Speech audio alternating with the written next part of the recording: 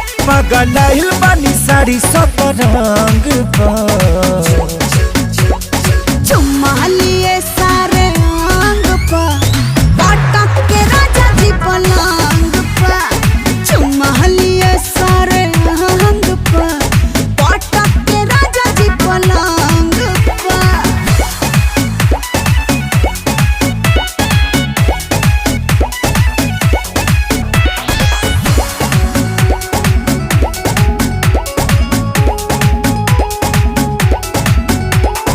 आदत बसट के सूते के हो रात भला हरिया लूटे के हो।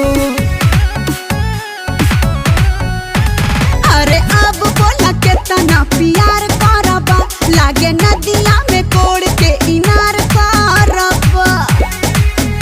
उड़ल जाई संगे प्यार के पतंग पर।